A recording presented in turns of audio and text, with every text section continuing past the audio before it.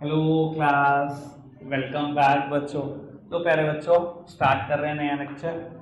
बाबू, हमने ना economy word पे चर्चा कर ली है, फिर हमने बेटा इकोनॉमिक्स वर्ड पे भी चर्चा कर ली है। आज बेटा माइक्रो इकोनॉमिक्स पे चर्चा शुरू कर देंगे, ठीक है जी। और आ जाएंगे उस टॉपिक की तरफ जो पेपर में सबसे ज्यादा पूछा जाता है, फर्स्ट चैप्टर में से, ठीक है जी। और बाबू, चैप्टर खत्म करने की तरफ हम बहुत तेजी से दौड़ रहे हैं। मैं पक्का बोल रहा हूँ आपको, परसों चैप्टर खत्म कर देंगे और एक नया चैप्टर शुरू भी कर देंगे माइक्रो इकोनॉमिक्स का ऑन मंडे, ठीक है जी। सब सामने देख रहे हैं मेरी तरफ, और सुनने वाला काम रेगुलर चलता रहेगा जैसे कल चल रहा था। वो कभी ना कभी बता दिया करूंगा, एक हफ्ते में एक दिन तो होगा ही होगा।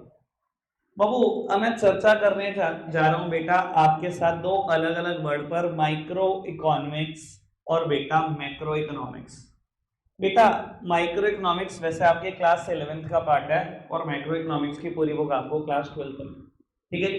अब ये माइक्रो इकोनॉमिक्स क्या चीज होती है, इकोनॉमिक्स समझ में आ गई, और मैक्रो इकोनॉमिक्स क्या चीज होती है सब सामने देखेंगे, आराम से समझ में आएगा बेटा। अगेन माइक्रो वर्ड डेराइव हुआ है फ्रॉम अ ग्रीक वर्ड, ठीक है ना, माइक्रोस से। इस वर्ड से डेराइव हुआ है माइक्रो वर्ड। बाबू, सुनने में भी समझ में आ रहा होगा, माइक्रो मतलब छोटा, मतलब स्मॉल। और बेटा मैक्रो वर्ड सुनने में भी समझ में आ रहा है, और बेटा ये मैक्रोस वर्ड से डराइव हुआ है ग्रीक में, और इसका मतलब होता है बेटा बड़ा या लार्ज, ठीक है जी। बाबू, माइक्रो एंड मैक्रो सुनने में भी समझ में आता है बेटा। माइक्रो का मतलब छोटे से है और मैक्रो का मतलब बड़े से है। आराम से सुनना और समझना क्या क्या डिफरेंस है नहीं बेटा। माइक्रो इकोनॉमिक्स में हम छोटी से छोटी इकोनॉमी की बात करते हैं, ठीक है ना बाबू। हर इंडिविजुअल यूनिट पे चर्चा करते हैं माइक्रो इकोनॉमिक्स में।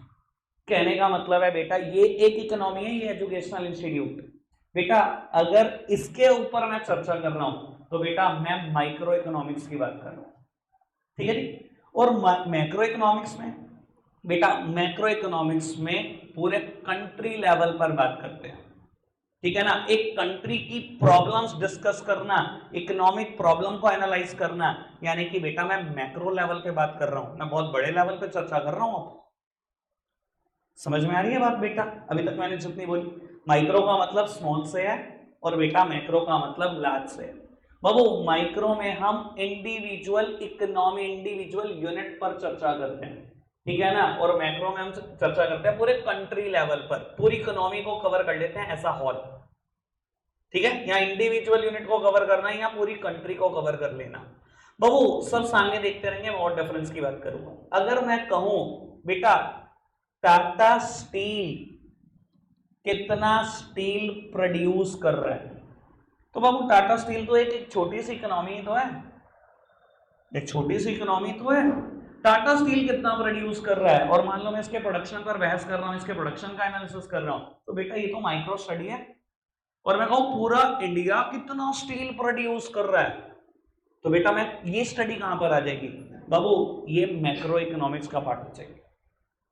समझ में आ रही है? अगर हम कहें बेटा मनीष की इनकम कितनी है, एक किसी इंडिविजुअल की इनकम पे चर्चा करना शुरू कर दे, तो अब ये तो बहुत छोटी बात करने लगे आप, ये तो माइक्रो इकोनॉमिक्स की बात हो। और मैं कहने लग जाऊं बेटा नेशनल इनकम कितनी है इंडिया की, तो समझ में आ रहा है मैं कितनी बड़ी बात कर रहा हूं, इंडिया की नेशनल इनकम कितनी है, तो अब मैं चर्चा कर रहा हूं बेटा मैक्रो इकोनॉमिक्स की। समझ में आ रही है अभी तक जितनी भी बात बोली? पक्का से क्लियर है? आगे बढ़ाएं बात को बाबू। माइक्रो इकोनॉमिक्स में मैं एक बात ऐसी बोलने जा रहा हूं जो लिखी नहीं हुई, लेकिन मुझे लगता है चर्चा कर देनी चाहिए ताकि आपको क्लैरिटी बने। बाबू, माइक्रो इकोनॉमिक्स को ना कुछ लोग बोलते हैं बॉटम अप अप्रोच। ऐसा क्यों बोलते हैं बॉटम अप अप्रोच? बाबू, यहां ना हम इंडिविजुअल यूनिट्स पर चर्चा करके ना, क्लब करके देखना चाहते हैं कंट्री लेवल पर क्या हो रहा है। समझ में आ रहा है? बॉटम अप छोटी छोटी इंडिविजुअल यूनिट पे चर्चा कर रहे हैं, और बाबू उसको क्लब करके पूरे के पूरे इंडिया लेवल पे देखना चाहते हैं कि क्या हो रहा है। टाटा स्टील ने कितना प्रोड्यूस करा, स्टील अथॉरिटी ऑफ इंडिया ने कितना प्रोड्यूस करा, और कोई स्टील मैन्युफैक्चरिंग कंपनी उसने कितना प्रोड्यूस करा। पहले इन सबका टोटल कर रहे हैं, फिर देख रहे हैं इंडिया ने कितना प्रोड्यूस करा। बाबू क्या कर रहा हूं मैं, इंडिविजुअल यूनिट का टोटल करके ना ऊपर तक जाना चाह रहा हूं, इसको बोलते हैं बॉटम अप अप्रोच। छोटे से शुरू होकर ऊपर तक जाने की कोशिश करना। बाबू मैक्रो इकोनॉमिक्स में पता है क्या होता है बाबू, इसे हम बोलते हैं टॉप डाउन अप्रोच। यहां हम ना पहले कंट्री लेवल पे चीजों को एनालाइज कर लेते हैं, फिर देखते हैं इसका इंडिविजुअल इंपैक्ट क्या जाएगा अलग अलग यूनिट्स पर। कहने का मतलब यह है बाबू, कंट्री लेवल पे प्रॉब्लम को देखना शुरू करा। अच्छा इन्फ्लेशन प्रॉब्लम है, अच्छा इन्फ्लेशन का इंपैक्ट टाटा स्टील पे क्या जाएगा, मतलब पहले कंट्री लेवल की बात करी और फिर बेटा इंडिविजुअल यूनिट पर इंपैक्ट देखने की कोशिश करी। यहां मैं क्या कर रहा हूं, ऊपर से नीचे आ रहा हूं, इसे बोलते हैं टॉप डाउन अप्रोच कई लोग, ठीक है ना। यहां बेटा मैं नीचे से ऊपर जाने की कोशिश कर रहा होता हूं, इसे कुछ लोग बोलते हैं बॉटम अप्रोच। समझ में आ रही है बेटा बात। बाबू ज्यादातर जब मैं चर्चा करता हूं ना माइक्रो इकोनॉमिक्स में, मैं दो चीजों पे चर्चा करता हूं, इंडिविजुअल यूनिट की डिमांड और सप्लाई पर, इंडिविजुअल यूनिट की डिमांड और सप्लाई पर। और कुछ लोग बेटा माइक्रो इकोनॉमिक्स का नाम देते हैं प्राइस थ्योरी। सब सामने देखते रहो, अभी बात खत्म नहीं हो बेटा। कुछ लोग माइक्रो इकोनॉमिक्स को नाम देते हैं प्राइस थ्योरी। अब बोल रहे ये नाम कहां से आया प्राइस थ्योरी, क्योंकि बेटा मैंने अभी क्या बोला, माइक्रो इकोनॉमिक्स में हम स्टडी करते हैं इंडिविजुअल यूनिट की डिमांड और सप्लाई पर। और आपको पता है पूरे दुनिया में प्राइस निकालने का सिर्फ एक ही तरीका होता है, वो होता है बेटा demand supply pressure. Demand supply pressure से ही पूरी दुनिया में किसी भी चीज का प्राइस निकाला जा सकता है। प्लीज सब सामने देखते रहो। इसी वजह से इसको प्राइस थ्योरी बोलते हैं, क्योंकि माइक्रो इकोनॉमिक्स में स्टडी भी हम इंडिविजुअल यूनिट की डिमांड और सप्लाई पे करते हैं और इसी से प्राइस बनता है। समझाने के लिए एक बात करता हूँ। बाबू अच्छा एक बात बताओ, आज की तारीख में आप फ्रूट मंडी जाते हो, ठीक है, आपकी एक डिमांड है, आपको एक वाटरमेलन चाहिए। सब सामने देखना प्लीज, आपकी एक डिमांड है, आपको एक वाटरमेलन चाहिए, ठीक है। बाबू आपने देखा पूरी मंडी भरी पड़ी है, हर दुकान पे पता नहीं कितने वाटरमेलन पड़े। आपकी डिमांड तो शायद एक ही वाटरमेलन की है, या तो कई हजार वाटरमेलन की सप्लाई है। ऐसा ही होगा आज की तारीख में। बाबू अच्छा एक बात बताओ, जब आपकी डिमांड एक वाटरमेलन की है और हजारों से ज्यादा सप्लाई है, प्राइस बढ़कर मिलना चाहिए कम होकर मिलना चाहिए? कम होकर, क्योंकि एक दुकानदार कहेगा 20, दूसरा कहेगा अरे मैं 17 में देने को तैयार हूं, तीसरा कहेगा 15 रुपए किलो मुझसे ले लें। इतनी भर भर के सप्लाई है। और अच्छा मैं एक बात बोलूं, अगर आपको कि विंटर्स आ गई, दिसंबर है, ठीक है, विंटर्स पीक पर है और आपका वाटरमेलन खाने का मन है, आप गए फ्रूट मंडी, सर आपने डिमांड करी, एक दुकान पे ना मिला, एक ने कहा कि मंगा तो दूंगा कोल्ड स्टोरेज में पड़ा है, कल सुबह ले लेना, और उसने कहा प्राइस 15 रुपए किलो दे देगा, बस ही बताओ क्यों? क्योंकि बेटा डिमांड है, सप्लाई नहीं है। अब तो 100 रुपए किलो भी मांगेगा, देना पड़ेगा। मानते हो इस चीज को? मैं कह रहा हूं बेटा, ये तो मैंने फ्रूट का एग्जांपल दिया। दुनिया में अगर किसी भी कमोडिटी का दाम फिक्स हो पा रहा है ना, तो एक ही तरीका है उस दाम को फिक्स करने का, it is based upon demand and supply. मैं एक बात बोलता हूं, आज एक कॉलोनी कट जाए, ठीक है ना जी, बहुत पोस्ट कॉलोनी, और बेटा बड़े सस्ते दाम में प्लॉट बिक रहे हैं, 10,000 रुपए गज। मान लो उस कॉलोनी में 500 प्लॉट है, ठीक है जी, 10,000 रुपए गज प्लॉट बिक रहे हैं, ठीक है। 500 प्लॉट में से ना बेटा 400 प्लॉट पर 5 साल के बाद कंस्ट्रक्शन हो चुकी है, बचे हैं 100, अभी भी रेट 10,000 रुपए गज होगा। क्यों? क्योंकि बेटा आप डिमांड करने वाले हैं, अब सप्लाई नहीं है, बढ़ेगा रेट। और मैं 50 और घर बन गए, सिर्फ 50 प्लॉट बचे हैं उस कॉलोनी में, सब पुरुष लोग हैं। बताओ मेरे को हालात, डिमांड है, सप्लाई और कम हो चुकी है, और भागेगा। 25 बचे, 10 बचे, और भागेगा, एक बचा। अगर वो 1 लाख रुपए गज भी बोलेगा ना, वो भी बिकेगा, और 2 लाख रुपए गज भी बोल देगा, वो भी बिक जाएगा। 100% है बात। समझ में आ रहा है माइक्रो इकोनॉमिक्स को प्राइस थ्योरी क्यों बोला गया?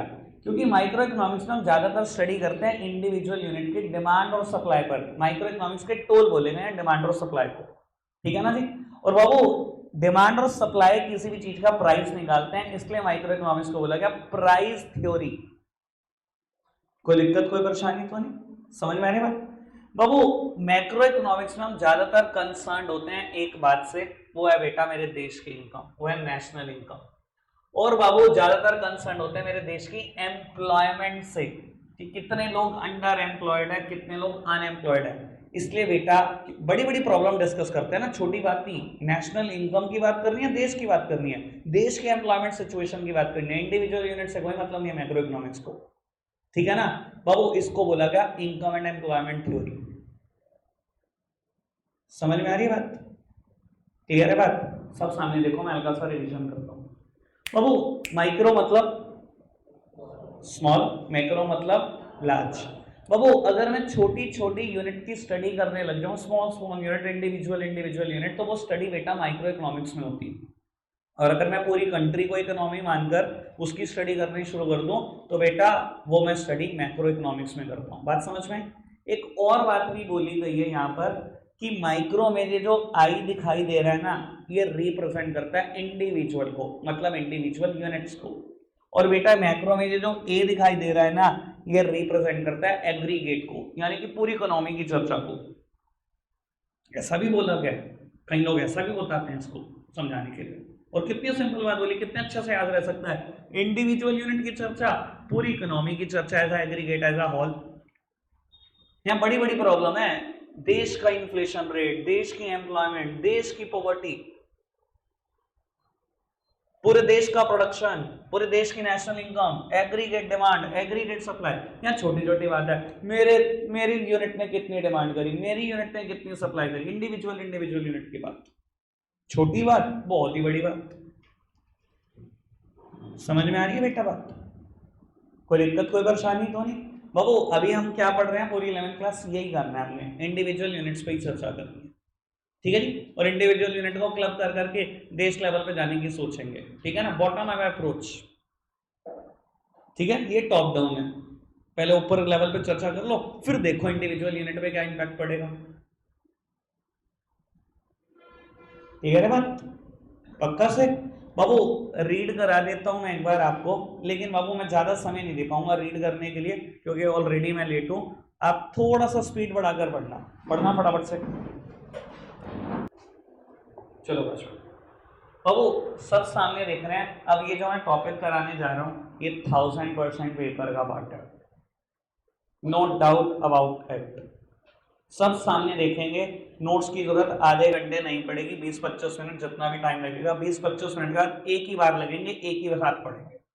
अभी आप सब सामने देखते हैं, ठीक है बाबू। मैं डिस्कस करने जा रहा हूं central problems of economy, sorry बाबू मैं डिस्कस करने जा रहा हूं आपके साथ सेंट्रल प्रॉब्लम्स ऑफ इकोनॉमी। बाबू ये सेंट्रल प्रॉब्लम्स क्या हैं और इनको सेंट्रल प्रॉब्लम्स क्यों बोला गया? बेटा 3 क्वेश्चन का आंसर जानना है मुझे। 3 चीजों को बोला गया इकोनॉमी में central problem. What to produce, how to produce, for whom to produce. सुन लो बेटा, क्या है 3 question? What to produce, how to produce and for whom to produce. इन्हें बोला गया central problem of the economy. आपको पता है इनको सेंट्रल प्रॉब्लम क्यों बोला गया? सब पढ़ाने लग जाते हैं, ये नहीं बताते सेंट्रल प्रॉब्लम क्यों बोला गया, क्योंकि इकोनॉमी की सारी प्रॉब्लम की जड़ ये 3 क्वेश्चन है। अगर आप इकोनॉमी में पॉवर्टी देख रहे हो ना, अनएम्प्लॉयमेंट देख रहे हो, जितने बड़ी बड़ी चीजें देखें आपने, इन्फ्लेशन, उन सब की जड़ ये 3 क्वेश्चन होते हैं। इन तीनों की वजह से ये राइज होगी, इकोनॉमी में कोई भी प्रॉब्लम राइज होगी, इसलिए इसको बोला गया सेंट्रल प्रॉब्लम ऑफ इकोनॉमी। ये हर प्रॉब्लम का सेंटर है, हर प्रॉब्लम का इकोनॉमी की, और मैं प्रूव करूंगा, टेंशन मत लेना, ठीक है जी। और मैं अगर आपसे पूछूं कि ये प्रॉब्लम क्यों राइज हुई, ये what to produce, how to produce, for whom to produce, मैं इसका डिस्कशन ही क्यों कर रहा हूं, इसकी क्या जरूरत है डिस्कशन की? बेटा इन तीनों का जन्म हुआ स्केर्सिटी की वजह से। इन तीनों को जन्मा है किसने? स्केर्सिटी ने जन्मा है। पता है ना स्केर्सिटी क्या होती है? हमारी अनलिमिटेड वांट्स, लेकिन जो नेचर ने दिए वो बाबू बड़े लिमिटेड रिसोर्सेस दिए, ठीक है ना। इस वजह से क्वेश्चन उठता है, क्या मैं सब बना सकता हूं, क्या प्रोड्यूस करूं? सर अगर मैं सब कुछ बना सकता होता फिर तो ये क्वेश्चन ही ना होता व्हाट टू प्रोड्यूस। नेचर ने तो बहुत लिमिटेशन की है ना।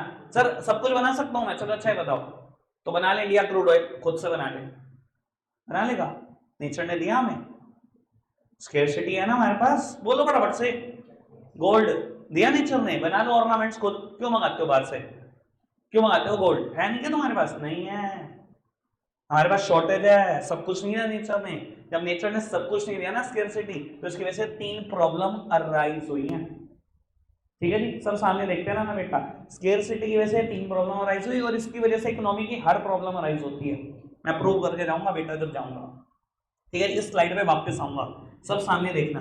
बाबू मैं पहली प्रॉब्लम का डिस्कशन करने जा रहा हूं। पहली प्रॉब्लम है बेटा व्हाट टू प्रोड्यूस। बेटा मैं इस समय 2 क्वेश्चन के आंसर चाहता हूं इकोनॉमी से। बाबू व्हाट टू प्रोड्यूस नाम से समझ में आ रहा है, क्या बनाऊं, दूसरी बात कितनी क्वांटिटी में बनाऊं।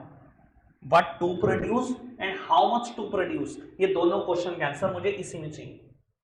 बाबू जब मैं सोचता हूं ना क्या बनाऊं, तो बहुत सारे ऑप्शन है बनाने के। तो देखो ज्यादातर बात सिर्फ इसी बात के इर्द गिर्द घूमेगी, आप सामने देखते रहना।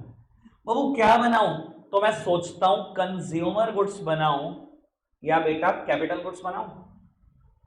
आपको पता है दोनों में फर्क क्या होता है? किसी को पता है? नहीं पता, चलो मैं बताता हूं। बाबू कंज्यूमर गुड्स क्या होता है बेटा? Ready to consume. देखो कितना प्यारा नाम है इसका, consumer goods which are ready to consume, जिनके ऊपर फर्दर प्रोसेसिंग नहीं हो सकती, बिल्कुल कंज्यूम करने के लिए रेडी हैं। हमारे कपड़े बाबू, ब्रेड, बटर, शूज, जेम्स, बिल्कुल रेडी टू कंज्यूम है, उठाओ और कंज्यूम कर लो। जरूरी नहीं खाने पीने की चीजें, कंज्यूम करने का मतलब खाना पीना नहीं होता हमेशा। ठीक है जी बाबू, वो प्रोडक्ट जो रेडी टू कंज्यूम है वो कंज्यूमर गुड्स हैं। तो कैपिटल गुड्स क्या है बेटा?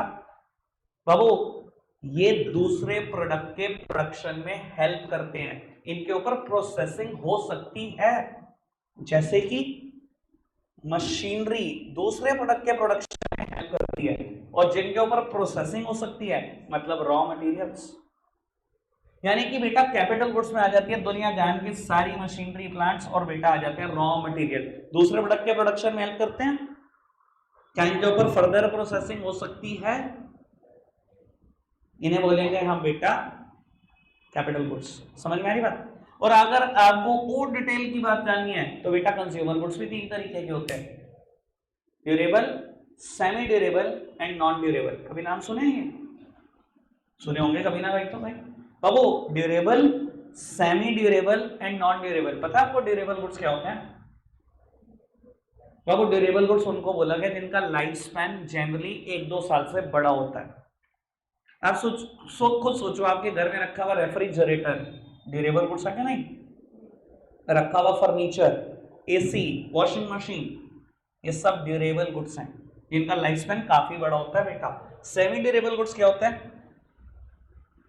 जिनका life span up to 1 year है, ज्यादा नहीं है, बहुत ज्यादा भी नहीं है, बहुत कम भी नहीं है, ठीक है ना, सेमी ड्यूरेबल बोलते हैं। जैसे कि क्लोथ्स, क्रॉकरी, घर में रखी हुई शूज, बहुत बड़ा लाइफ स्पैन नहीं है, ऐसा नहीं है 10-10 साल चल जाएंगे, ठीक है, साल भर में, 1.5 साल भर में खत्म, ठीक है ना। क्रॉकरी का क्या पता, अभी कांच का ग्लास टूटा, मम्मी ने कहा क्या कर रहा था, ठीक है ना, तो यही है सेमी ड्यूरेबल। नॉन ड्यूरेबल क्या है? इधर देखना, कांच का ग्लास तोड़ने में मम्मी बख्शती नहीं है, कोई हो आप। हाँ जी, नॉन ड्यूरेबल, चाहे आप सीए क्यों ना हो। हाँ जी बेटा, नॉन ड्यूरेबल। नॉन ड्यूरेबल के हालात क्या है सर? जो 1 और फ्यू यूजेस में ही खत्म हो जाते हैं। मेरी तरफ देखते रहेंगे सर, जो एक इस्तेमाल या कुछ इस्तेमाल में ही खत्म हो जाते हैं सर, ऐसे चीजों को बोलते हैं non durable. Sir sauce, jam, कुछ ही, शैम्पू, सोप, कुछ इस्तेमाल में ही खत्म हो जाएंगे, ठीक है जी। अरे बहुत सारी चीजें हो सकती है, ब्ला ब्ला ब्ला ब्ला, ठीक है जी। नॉन ड्यूरेबल, ठीक है जी।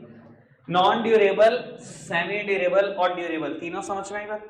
ठीक है जी, मेरी तरफ देखना। व्हाट टू प्रोड्यूस में किन 2 क्वेश्चन के आंसर ढूंढ रहा हूं मैं।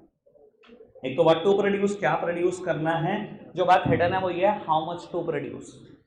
सर मैं ये क्वेश्चन सोच क्यों रहा हूं? क्योंकि बेटा स्केर्सिटी है, सारी चीजें प्रोड्यूस नहीं हो सकती पहली बात, और सारी चीजें बराबर प्रोड्यूस नहीं हो सकती दूसरी बात। अगर ये प्रोडक्शन की बात कर भी रहे हो तो ये भी सोच लेना क्या चीज कितनी प्रोड्यूस करनी है। अगर आपको लगता है सारी चीजें बराबर प्रोड्यूस हो सकती है, एक बात बताना सोचकर, क्या जितना वेट प्रोड्यूस होता है इंडिया में उतनी कार प्रोड्यूस कर लें? शायद पैर रखने की भी जगह नहीं बचेगी इंडिया में एक ही साल भर में। सोच पा रहे हो इस चीज को? सर क्या जितने सिविल गुड्स प्रोड्यूस होते हैं उतने वॉर गुड्स प्रोड्यूस कर लें? जितनी खाने पीने की चीजें प्रोड्यूस होती हैं उतनी गन्स, उतने आर्म्स प्रोड्यूस कर लें, दुनिया में एक आदमी जिंदा नहीं बचेगा। तो सर मस्ट आस्क क्वेश्चन है ये इकोनॉमी से, what to produce and how much to produce. सारी चीजें नहीं बनाई जा सकती पहली बात, इसलिए व्हाट टू प्रोड्यूस। सारी चीजें बराबर क्वांटिटी में नहीं बना सकती, दूसरी बात इसलिए हाउ मच टू प्रोड्यूस। ये क्वेश्चन मस्ट आस्क क्वेश्चन है इकोनॉमी से। समझ में आ रहा है ना? आपको पता लग रहा है ना ये प्रॉब्लम किसने जन्मी है? स्केर्सिटी ने जन्मी है। अगर सब कुछ हमारे पास होता हम ये क्वेश्चन ही क्यों पूछ रहे थे व्हाट टू प्रोड्यूस। सब कुछ है क्या पेट्रोल बताओ, है क्या गोल्ड। मैं जान के इंडिया का एग्जांपल ले रहा हूँ क्योंकि समझ उसी बात से आता है, बाकी तो हमें लगता ही नहीं है देश है दुनिया में, हमें तो अपना देश प्यारा है। सर समझ में आया व्हाट टू प्रोड्यूस क्या है? पक्का से मैं रीड कराऊंगा तो आपको ऐसा लगेगा आ गया ये तो चुटकियों का क्वेश्चन था यार, और पेपर में आता है फिर तो और मजा आ गया। आओ जी आगे बढ़ाते हैं बात को। बाबू सब सामने देखना बेटा, अगला question how much to produce, ये बहुत मजेदार बात करता है। सर ये तो समझ में आ गया क्या प्रोड्यूस करना है, चलो आ गया, कितनी क्वांटिटी में करना है ये भी सोच लिया। अब मुद्दा उठता है कैसे प्रोड्यूस करूं। कैसे का मतलब पता है क्या है? ऐसे सामने देखो बबे आ भी बाबू, कोई दिक्कत नहीं है पढ़ा दूंगा बाबू, ये नोट्स मैंने लिखे हैं कसम से। नहीं तुम नोट्स को इतनी इंपॉर्टेंस देते हो, गाइड खड़ा है भाई, नोट्स क्या कर लेंगे, मैं नहीं हूं तो मैं सारी दुनिया को बांट देता हूँ 12th क्लास में नोट्स। बच्चे यूट्यूब में मैसेज करते भाई आप पीडीएफ में कर ले। 12th क्लास में एक लेक्चर आकर सुन लेना। पहले लेक्चर में बोलता हूँ बिजनेस स्टडीज के मैंने सारे नोट्स गलत लिखे हुए हैं, सारे बच्चों को लगता है मेरे नोट्स में बोले सारे गलत लिखे हुए, सारे बांट देता हूँ, बाद में यहाँ पे कटवाता रहता हूँ, ठीक कराता रहता हूँ। आप ही हो गया शेर, हमें तो पता ही नहीं कैसे पढ़ाते हैं, बच्चों ने सिखा दिया। कई चीजें ना मैंने सीखी हैं बच्चों से। एक साल ऐसा हुआ जिसमें मैंने रजिस्ट्रेशन फॉर्म के पैसे लिए, इस साल लिए कभी नहीं लिए, कभी नहीं लिए। एक साल हुआ बच्चों ने सिखा दिया, बच्चे आते भैया रजिस्ट्रेशन फॉर्म दे दो, घर से फिल करके लाऊंगा, दे दिया। 5 दिन हो गए रजिस्ट्रेशन फॉर्म मारते हुए, कोई फाड़ के देख रहा कोई क्या कर रहा, अगले दिन फिर भैया वो तो खो गया, अभी दे दो। मैंने कहा तुम मुझे ट्रेंड कर रहे हो, जैसे दूसरे टीचर 250 रुपये 300 रुपये का रजिस्ट्रेशन फॉर्म देते हैं तो मुझे ट्रेंड कर रहे हो। मैं 300 रुपये दे के रजिस्ट्रेशन फॉर्म लाते हैं दिल से लगा के, कहीं खो ना जाए। अभी फोटो चिपकाई, अभी भरा, अभी सबमिट करा, 300 का है ना वो, मैंने फ्री दिया तो उसकी कदर नहीं है। मैंने कहा सिखा रहे हो मुझे, मैंने कहा मुझे भी पता है रजिस्ट्रेशन फॉर्म के पैसे कैसे लेते हैं, वो बात अलग है कि मुझे हराम के पसंद नहीं है पैसे, लेकिन बच्चे सिखाते हैं, सच बता रहा हूँ मैं। बहुत सारी चीजें मैंने सीखी हैं आपसे,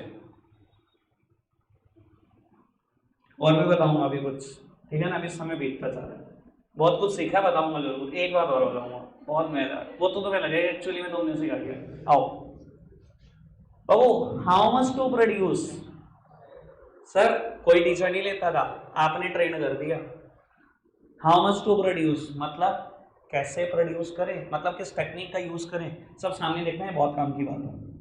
बाबू इकोनॉमी के हिसाब से ना टेक्निक 2 तरीके की होती है, one is labour intensive technique and other one is capital intensive technique.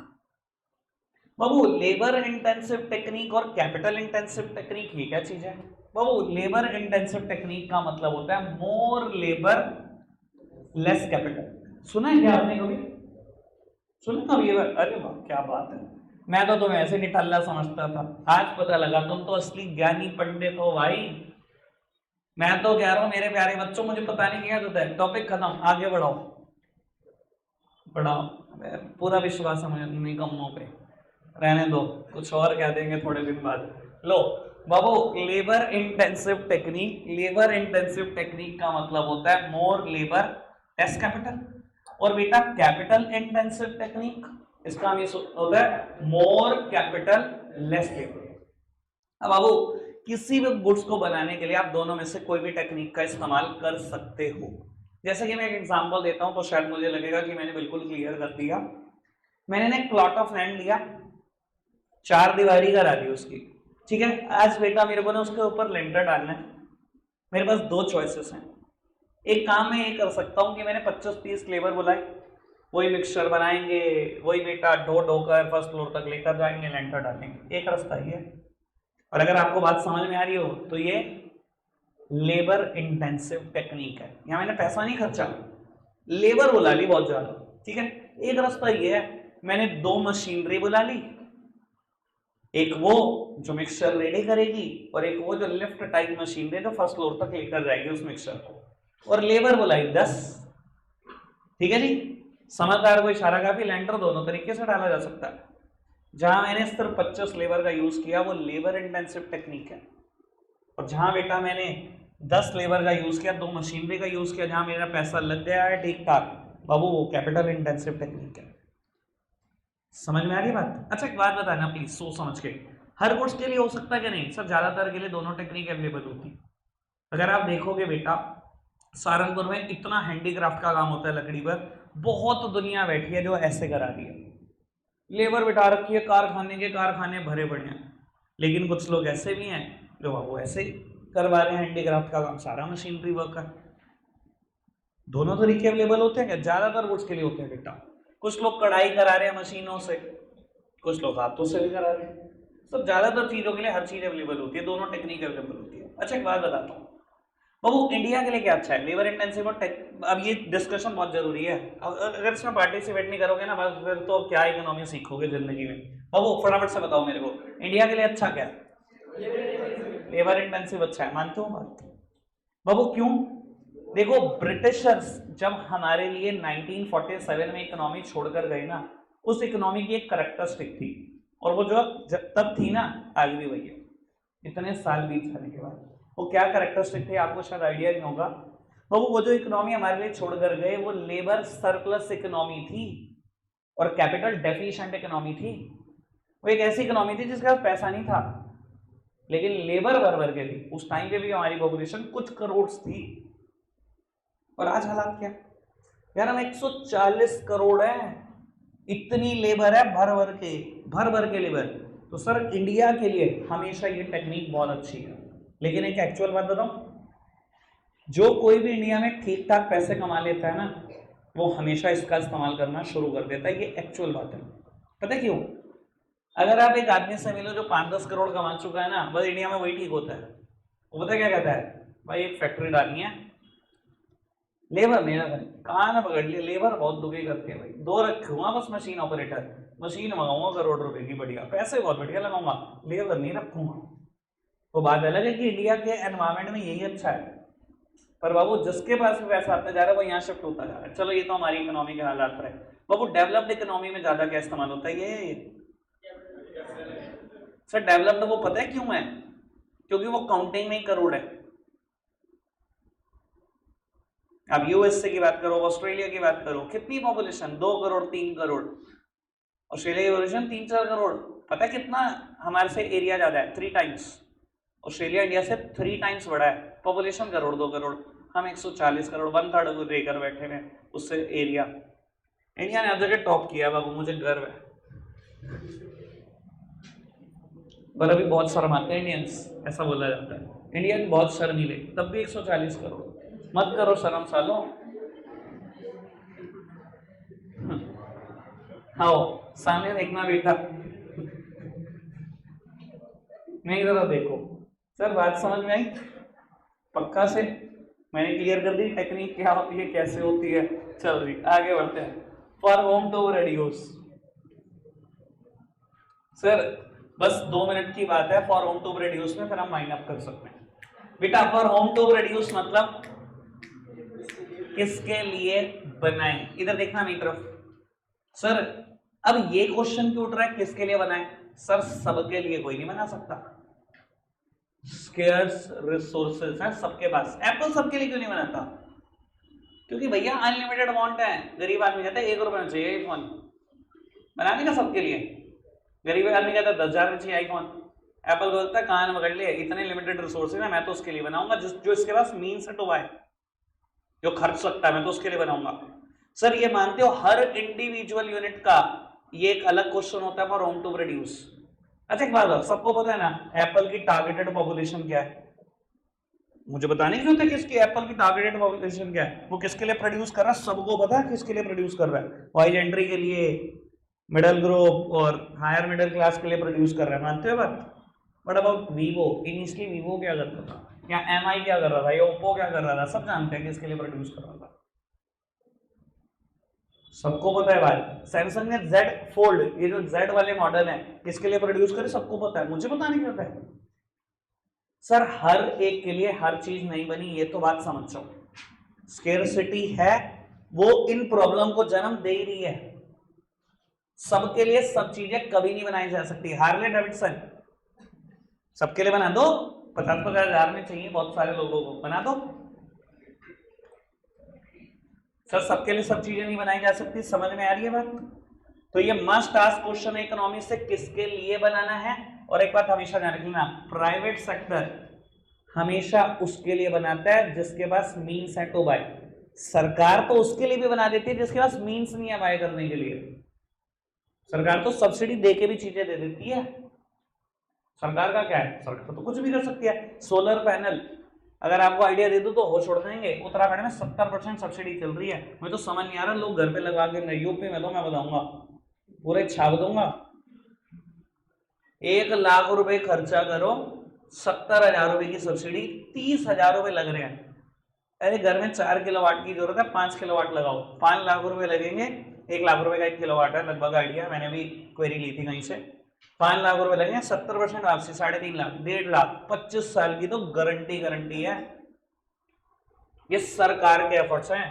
Sir सरकार सबके लिए बनाती है, सरकार तो सोशल वेलफेयर चाहती है, लेकिन प्राइवेट सेक्टर हमेशा ध्यान रख लेना उसी के लिए बनाएगा विच है मीन्स टू बाय। तो ये मस्ट आस्क क्वेश्चन है इकोनॉमी से, सबके लिए कभी नहीं बनाया जा सकता, तो किसके लिए बनाना है ये भी बताओ। ठीक है जी, बस रिवीजन बाकी है। आओ सामने देखो, बस 1 मिनट लूंगा मैं आपका, ज्यादा नहीं देगा। रो दो, बस रो के दिखा दो, आज मैं अभी छुट्टी देता हूँ, रो के दिखाओ फटाफट से। कितना गंदा रोए, इतना गंदा रोए, बिल्कुल ना करो छुट्टी, नहीं हाइट ही नहीं कम में। बाबू किसी बच्चे के सामने मत रो देना, छोटे को तो डर के बस पता नहीं क्या कर देगा। आओ सामने देखना, लो मैं इधर देखो बाबू, माइक्रो और मैक्रो इकोनॉमिक्स का डिफरेंस रिवाइज नहीं करा रहा, इधर देखो प्लीज। इकोनॉमी से 3 बातों को सेंट्रल प्रॉब्लम बोला गया, बताओ फटाफट से। What to produce, how to produce. मैंने कहा था मैं एक स्लाइड पे वापस आऊंगा, उसके बारे में यही बता देता हूँ, स्लाइड पे नहीं जा रहा, टाइम खराब करूंगा। सर मैंने कहा था ये तीनों प्रॉब्लम इकोनॉमी की सारी प्रॉब्लम को जन्म देती है, तभी इनको सेंट्रल प्रॉब्लम बोला गया, यही कहा था ना। अच्छा एक बात बताओ, अगर आप दुनिया में अनएम्प्लॉयमेंट देख रहे हो, आपको पता है वो हाउ टू प्रोड्यूस की वजह से राइज हुई।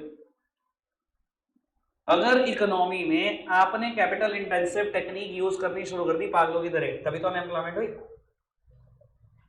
और अगर अनएम्प्लॉयमेंट हुई तभी तो पॉवर्टी हुई, जिसके पास काम ही नहीं है वही तो पुअर है। इकोनॉमी की सारी प्रॉब्लम अगर आप घूम फिर के देखोगे इन तीनों क्वेश्चन की वजह से राइज हुई है। ये सेंट्रल प्रॉब्लम जड़ है किसी भी इकोनॉमी का, समझ में आ रहा है। और बाबू ये तीनों प्रॉब्लम क्यों राइज हुई, स्केर्सिटी। स्केर्सिटी ने इन तीनों को जन्मा और इन तीनों ने इकोनॉमी की सारी प्रॉब्लम को जन्मा। ठीक है ना, 3 प्रॉब्लम के नाम बताओ फटाफट से। What to produce, for whom to produce. ठीक है जी, व्हाट टू प्रोड्यूस में 2 क्वेश्चन के आंसर चाहिए, ये तो चाहिए what to produce and how much to. क्या सारी चीजें बनाई जा सकती हैं, क्यों, स्केर्सिटी है, सारी कभी नहीं बन सकती। चलो सारी बन सकती होती भी, क्या सारी इक्वल क्वांटिटी में बन सकती हैं। मैंने एग्जांपल दिया आपको, सिविल गुड्स का कंपैरिजन कर लो वॉर गुड्स से, सब बराबर बनाया जा सकते हैं, नहीं यार। कैपिटल गुड्स क्या कंज्यूमर गुड्स के बराबर बनाया सकते हैं, जितनी ब्रेड बनाई जा सकती है उतनी मशीन बनाई जा सकती है। क्या बेवकूफ वाली बातें कर रहे हो, कभी भी नहीं हो सकता ऐसा, समझ में आ रही है बात। सर हाउ टू प्रोड्यूस, कौन सी टेक्निक, दो लेबर इंटेंसिव और ज्यादा थक गयो और थकाऊं, नहीं निकल रही मुझसे आवाज, निकलवाऊं, अच्छा कोई दिक्कत नहीं, अगले याद चालू रखना है, ठीक है नहीं, मैं बताता हूँ इनको पढ़ाई कैसे होती है। 2-3 टॉपिक और रहते हैं 2 दिन के, आज ही करा सकता हूँ। बोलना शुरू कर दो फटाफट से, टेक्निक बताओ फटाफट से। लेबर इंटेंसिव और labour intensive means more labour less capital. Capital intensive mean कितने प्यारे बच्चे, मेरे बहुत प्यारे बच्चे, मैं तो क्या ही रहा था, ये ज्ञानी पंडित हैं, किसने कहा इन्हें निकम्मा। अरे मैंने कब कहा यार, कैसी कैसी बातें करते हो तुम, ज्ञानी पंडित हो तुम असली। बाबू एग्जाम्पल याद रहेगा, लेबर इंटेंसिव और कैपिटल इंटेंसिव का। इंडिया को क्या जरूरत है और डेवलप्ड कंट्री एक्चुअली में क्या कर रही है? समझ में आ रही है बात? फिर बेटा फॉर होम टू प्रोड्यूस किसके लिए बनाना है? ये भी मस्ट आस्क क्वेश्चन है इकोनॉमी से। सबके लिए सब कुछ नहीं बनाया जा सकता, ये मानते हो बात? क्योंकि बेटा किसी को पता नहीं क्या क्या चाहिए, अनलिमिटेड अमाउंट्स है, बहुत सस्ते में बहुत ज्यादा चाहिए लोगों को, सबके लिए सब कुछ बन ही नहीं सकता। समझ में आ रही है ना बात बाबू? प्राइवेट सेक्टर हमेशा उसके लिए बनाते हैं जिसके पास मीन्स है टू बाय, और गवर्नमेंट तो सबके लिए बनाई देगी, गवर्नमेंट तो सब्सिडी देके भी कहती है कोई दिक्कत नहीं, आप ले लो ये चीज। ठीक है जी, रखते हैं आज के लिए इतना ही प्यारे बच्चों, बाय बाय।